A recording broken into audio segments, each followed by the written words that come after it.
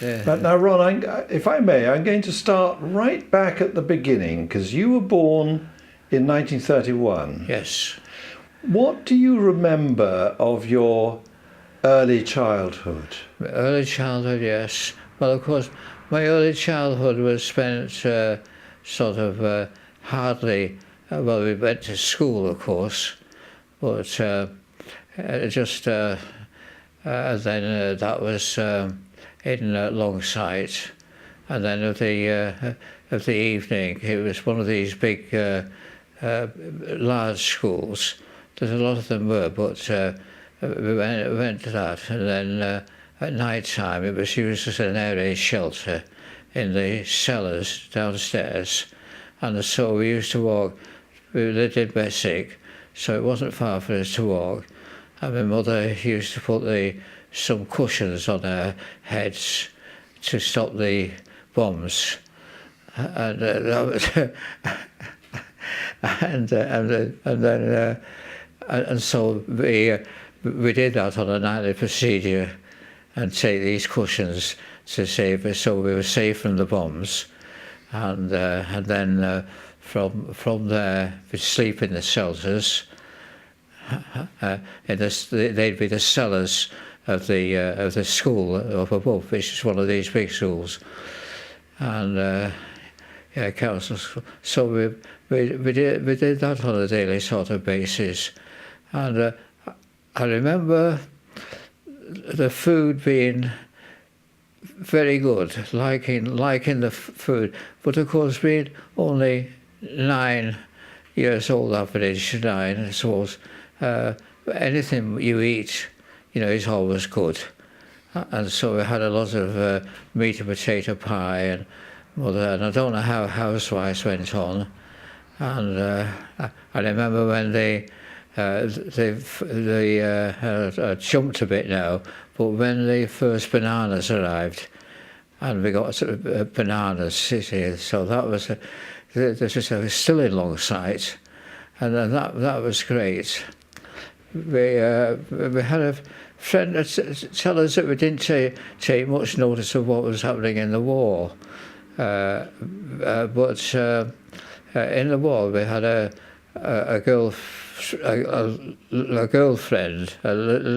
She's only 11, and she lived in St John's Road, same as we did in Longsight, and she showed us once where her house had been bombed, and it had been destroyed to an extent, and she was dug out, and she showed us a scar of where the bricks had fallen on the legs, and there was one leg that was sort of where the bricks had fallen on it, and it had gouged a big piece of flesh from a thigh. Yes, and it was very, very deep, but and of course she was never a cripple, but she was all right, and she'll be well into retirement now, I should imagine. And so you see, those sort of things, when you look back, the war was at home, really, in a sense, wasn't it? Yes. And of course, my wife, she had a brother killed in the war, at the end of the war, and so, and these sort of things, they sort of we have his medals, as you've seen, and so he had these medals that my wife sent for, and he had those. So yes. So but so he was killed, of course. Yes. Ron, do you remember the actual outbreak of war?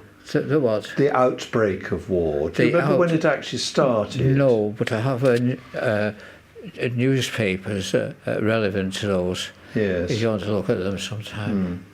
Did you mention to me that you went to Derbyshire for a while? Yes, that was. Yes, that was the evacuation.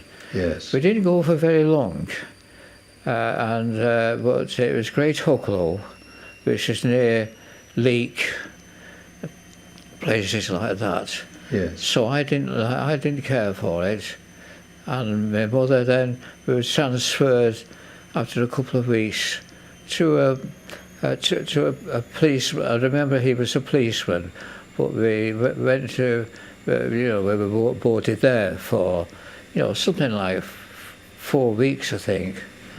But I always say, there we were in the middle of the Blitz, and there's nothing like that where we were in Great Hucklow. And my mother sent for us, to go home and live at home. And I thought, well, there was more chance of us being killed in Bessick, and so I think that's the reason she sent for us. She thought, well, she'd had enough of 3 kids. Because were there 3 of you that went to Derbyshire? I had and I'm not sure, but I think so. Yes. Yes. Yeah. Because you have had sisters? 2 sisters. They both emigrated to Australia. Ah, yes. And Adelaide. And of course, being sisters, you get one who does the travelling, and then it's not long before the other sister goes as well. Yes. And so that was nice. And they had quite a nice life there in Adelaide. On the ship, I suppose it just happens now, the ship that they were on, Dr. Perth, and so they didn't really like Perth. And so they moved from there, and they moved to Adelaide. Well, Adelaide, as you probably know, is a very sort of garden sort of city, lovely, and so a lot of people don't like it.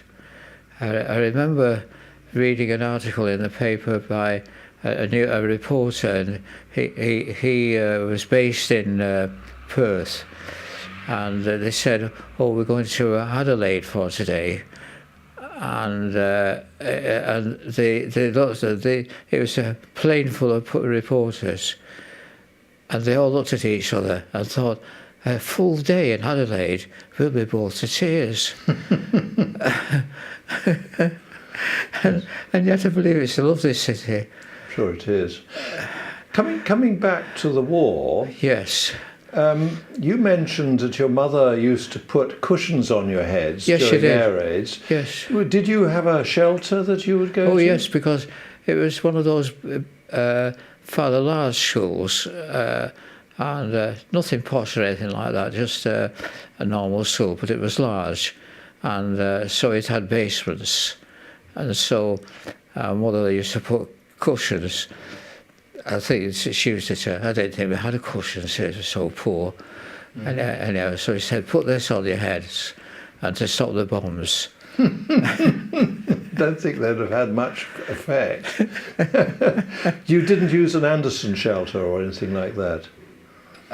No, I don't remember the Anderson shelter, but I remember them building shelters in the streets. Yes. And that's where I was talking about my war wound, which is I fell over them once and had a bit of a disagreement at home. And people live close together than families.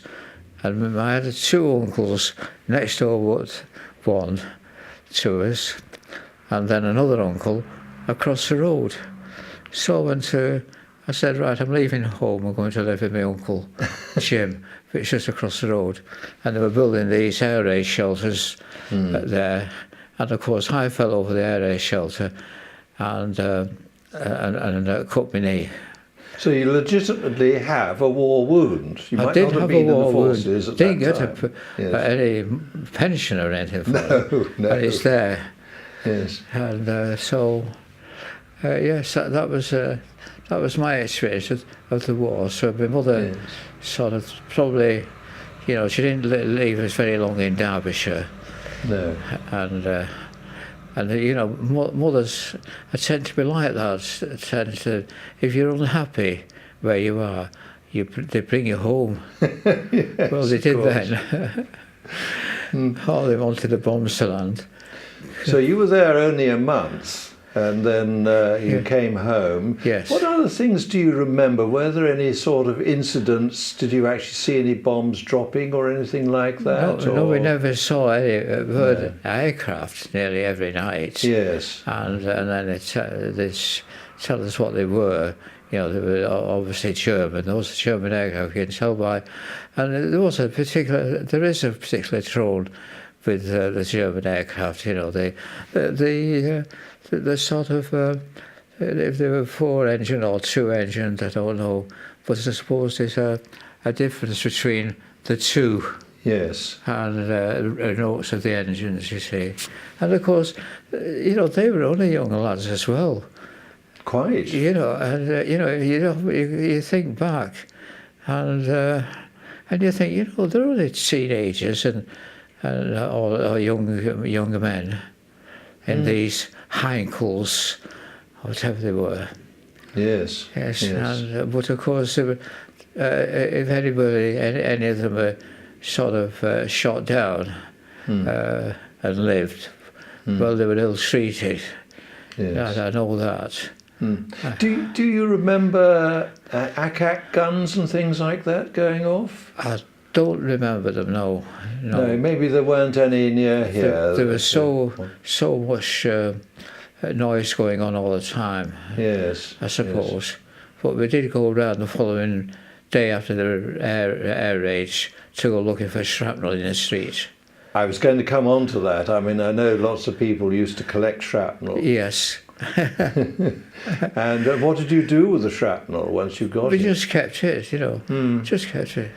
Yes. And we didn't know what it was, and of course it could have been just shrapnel off an aircraft or anything, couldn't it? Absolutely, yes. But I was reading an article not so long ago about, and it was about this British Airmen too. It was in the Manchester Evening News, and there was two of them, and they took, and they'd been told about these two German aircraft that were flying home.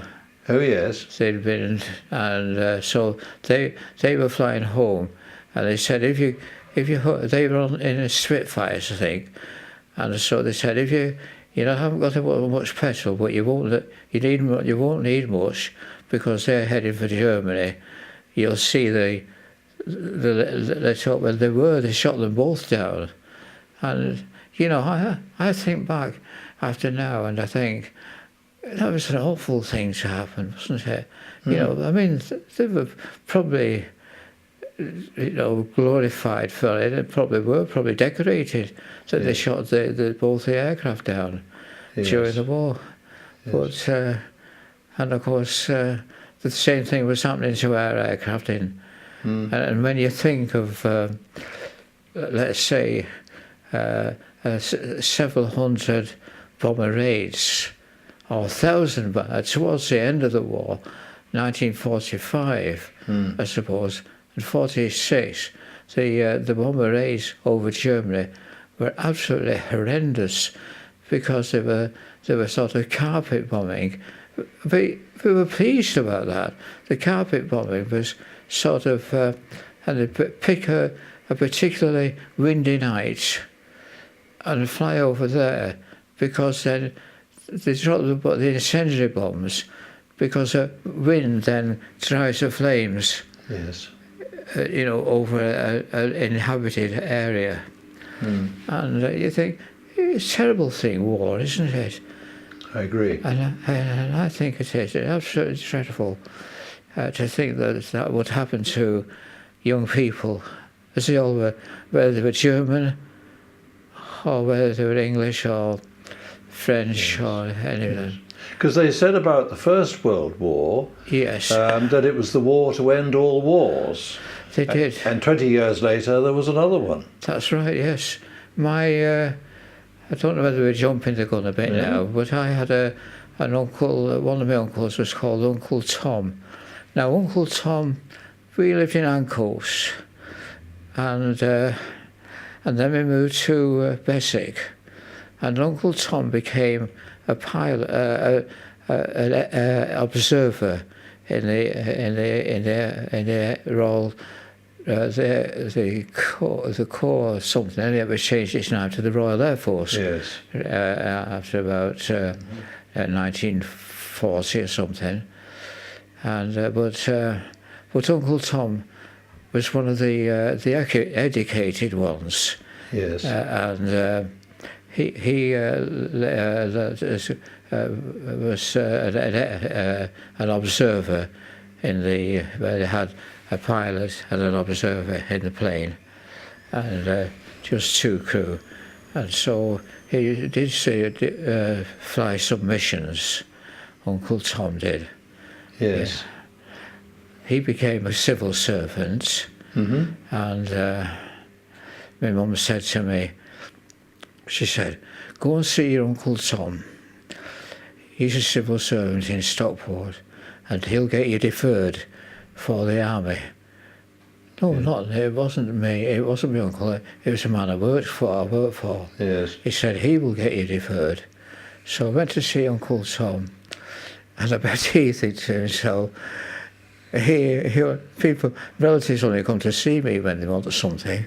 Yes. And then I went, and he said, yes, I'll do whatever. And he did get me deferred. I was 18 at the time, and I was deferred till I was 21. Right. And but you still had to do your national service. Oh, yes. Yes. Yeah. Tell me about that. What was it? I mean, you must have, if you were 21, so that was in 1952, presumably, Yes. that you went into the Yes. international service. What was that like? Well, it was very, very, very good, and I was very lucky, and I was sent to. We landed in Egypt, and the following day we were distributed to various units, and I was, and we were being interviewed by an officer, and he said, would you like to? He said, he seems to have the qualifications. He said, would you like to join the military police? So I said, well, I don't really know anything about it, but I said, I know my boss, who was working for at the time, served 6 years in India at the end of the wartime, and so he said, well, go and see what your boss says about it. So I went to see John as he was, and he said, jump at it. He said, it'll be cushy. And he said, so it was, because I'd been going to a school in Manchester, and college called the College of Commerce. I wanted to go to the art school. Yes. And my mum said, oh, she said, being coming from a place like Ancoats, mentioning an art school, she said, all you were doing is just drawing pictures all the time. And it was nothing like that. The art school, as it is now, is architecture, all these other sort of professions. So I should have gone there, but I didn't. And my mum didn't want me to go. My mum wanted me, so I did. So I became a butcher. Really? Yeah. And it was all right. And it came, you see, I was delivering newspapers as well, as a lot of young men said. And I must have still been at this college, because he came to me once and he said, my son-in-law's just bought a business, a butcher's business. He said, in Denton, in Thornley Park. He said, would you like to go and work for him? And he said, and I said, well, I don't mind. I don't mind. So I went from there to John Garner's name. There was 4 brothers, and all had a shop. And I went for John. He turned out to be the nicest of the lot. He was very nice. The one thing that sticks in my mind then was that Betty, who was his wife, she used to cook my meals as well as every day. And I thought then, gosh, it's so delicious, this. That was because we're probably not getting as good as the butcher's wife was cooking. So I haven't thought that. So I did that. Yes, he was a nice man. He's still alive a bit, apparently, and he'd be about 90 now. And a lovely person. Yes. And but most people you meet are nice. That's what my wife said. Before we walked through Ashton, and we talked to somebody we know, because there was always somebody we knew. And she said, and I'd say to her, my wife, you know, we'd talk. They talked for a while, you know, the two women, and I said, and then we'd separate our ways, see them some other time, I suppose.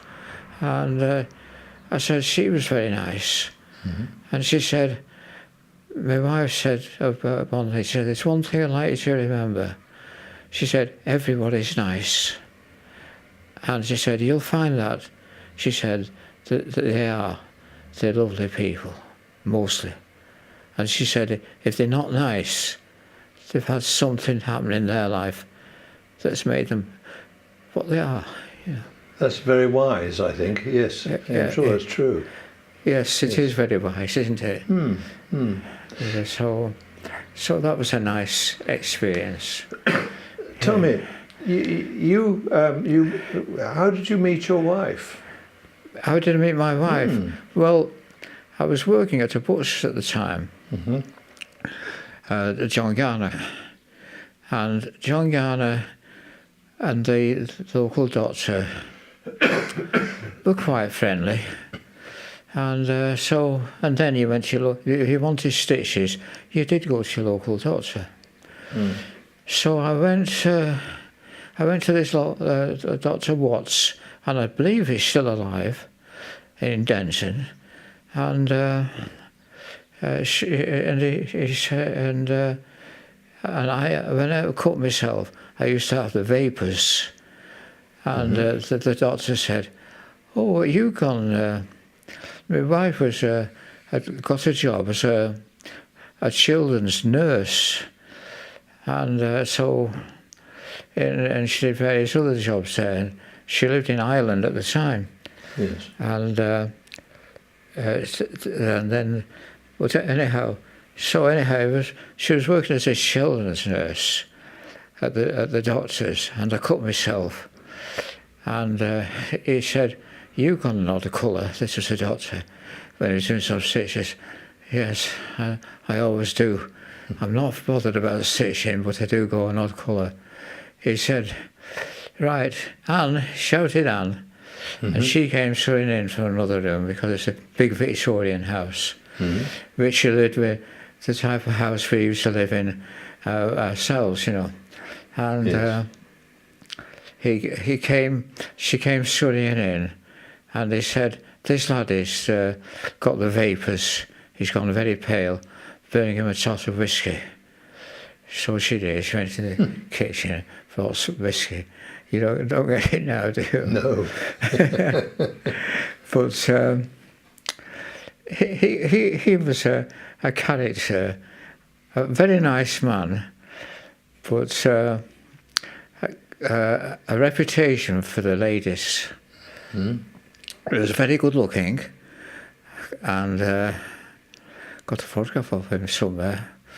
And he paid for our wedding, and him and the chap I worked for did, and the do, or whatever you call it. Yes. Yes, and so, you know, there were lots of kind people around. It was lovely. So what year was that? Pardon? Huh? What year did you get married? The year I was married? Yes. 1952. 1952. So, yes. Actually, I got married in my uniform because I didn't have the money for a suit.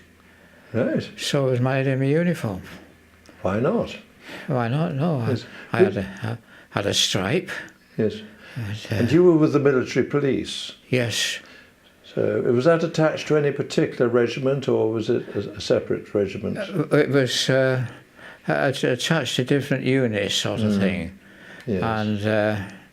And I was in the, and then so we went to Egypt, and then sorted out from there. Yes. About 20 of us, I suppose. Yes. To which unit we were going to go in. Mm-hmm. I was very, very lucky Yes. in a lot of ways because we were put into this this unit where there was only 20 in it, and of young men, and so we went there. And so that was another good luck. So never did any guard duty or anything like that.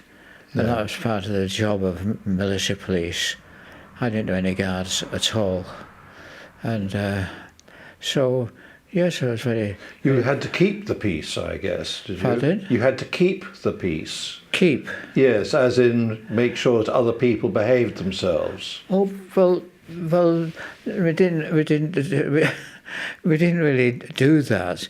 We didn't go on any sort of patrols, keeping the soldiers, the privates or whatever, in order. We didn't. We just sort of our own room. In fact, we had our own. We had our own bar. It had been built by the Italians during the war. When they were prisoners, they built all these different units, office units. Yes. That was part of the job as prisoners. So they built all these different units, and there's probably about 30 of those different sort of units. Yes. And so we got that. So I got a job there.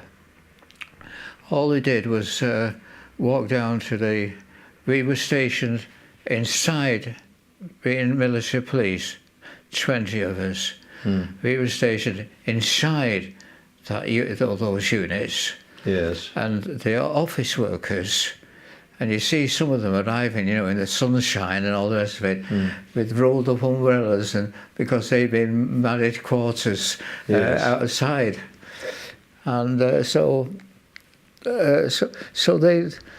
we'd do that, and sort of staying there overnight, and of course in the office part there was there was actually, no, this was sort of about 50 miles from the sea. We had a unit of wrens, in the white uniforms and all the rest of it, come to us because we had a bar. Ah, yes. And so they came into our lot, and we'd have drinks every night or whatever we had. Yeah, so, yes, that was quite interesting too. And we were 50 miles from Suez and 50 miles from Port Said. Yes. And it was all sort of more or less desert then. And we didn't see hardly any Egyptians or soldiers.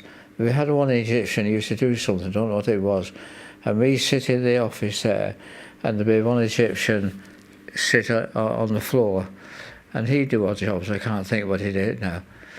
Leaning against a wall, like if it was that far away, where the fireplace is there. And so, that was a really interesting experience. Did you do any tourist? Did you go and see the pyramids or anything like that? We couldn't. We had I got a photograph somewhere. And our unit, we were very lucky. We had our own bar, we had our own cook. He lived in Summerfield. It was nice. It was it's cold. Lived in Yorkshire. Yes. And so he was the cook. Imagine, they were just ordinary soldiers. We had a cook, and this was because it was. The Italians had built all these different units. In fact, one of them had built. We had a stage in the very meals. There's a stage at the bottom, and on it was round the walls was a sort of paintings that the Italians had done. Mm-hmm. And there was one was over the stage, which was there was a painting of a nude lady that one of the Italians had put there, and our chap who used to sit on the floor in the office, he used to walk over and stroke this. Oh dear. Yes. And yeah, but unfortunately we didn't see many, get to know many Egyptians, and No. there was a local village where we'd go occasionally and have a meal, Yes. which is usually very nice to us. Coming back, right? Sorry. So coming back, right back to the First World War. I believe your father was in the First World War. He was. And Yes. we didn't know what had happened. My father was always sort of, he was smoked a lot, and that was because he'd been gassed in, during the war. And they said that in those days, if you smoked a lot, well, it'd make your chest better. Well, he died when he was 48. Yes. And and he worked for the railway. He was a porter on the railway. Yes, and but with him being a railway man, we would get what they call privilege tickets, and so you get several a year of those. So if we go to on holiday, we go to Scarborough and places like that, you see. So we didn't have a bad sort of childhood. And I know we lived in Longside, and it was a big Victorian house, and my mother used to take lodgers, and so we had a lodger once, and he was a decorator, and one day he said, could he decorate the front room, if you had to call it that, could he decorate the front room to show his customers what he could do? So have I gone off the track now, do you think? And so Mum said, yes, of course you can. So we had a brightly decorated front room, and all different colours and all the rest of it, as it is, I remember, but you didn't take any notice of anything like that. Yes, so that was on St John's Road. Yeah, so, but it was a nice house, and a big house. There was a lot of these houses for sale then. It's very good, lovely. Thinking back over your life, I mean, you've enjoyed quite a long life. Yes. You're 87 at the moment. Were there any highlights, any sort of things, that really happy moments that you can think of? Well, I suppose really the highlights were the war to an extent, but you didn't take any notice of that. No. You heard the aircraft, and there were the aircraft guns put in various locations around the area, so you'd heard those going off. But and then I was always liked art, drawing things. Yes. So I was always, my mother used to buy me these sort of comic books, and then I'd sort of copy these, the pictures inside. So she'd buy me the little books, so I'd draw copies of those. That was what art was the main thing. Yes. If you had your time again, would you have done things differently? Well, yes. I I think I would have gone to the art school.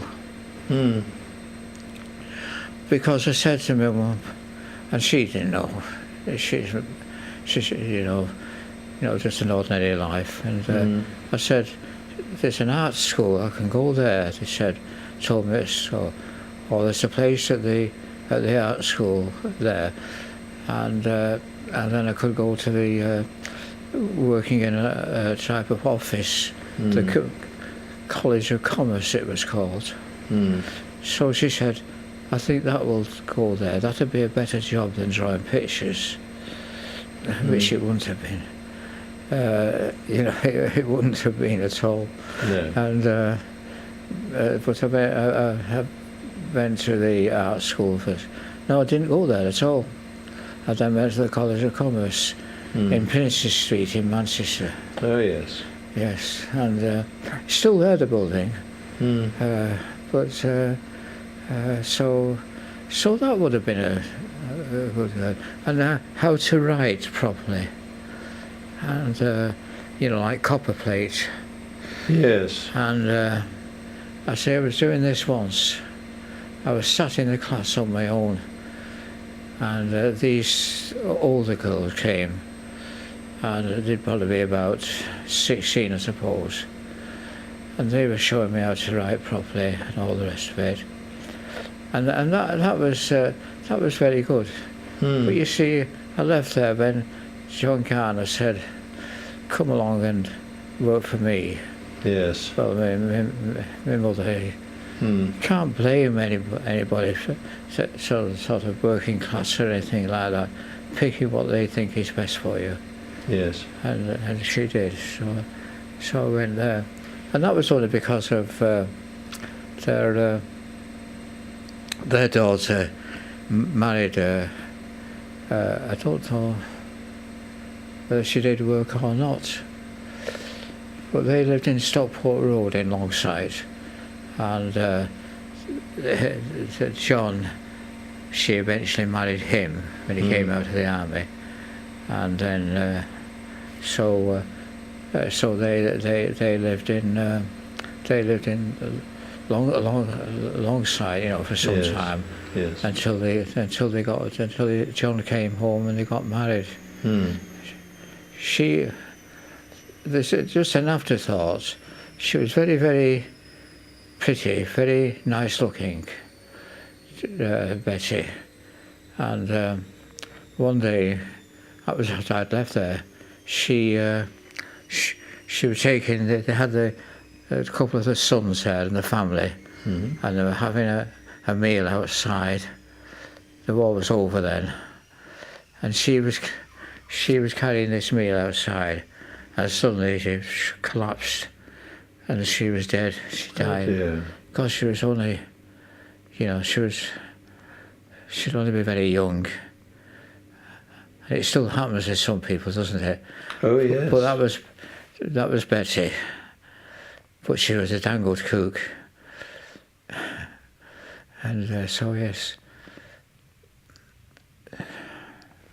So, if we were to, I think we're coming probably towards the end now of the interview.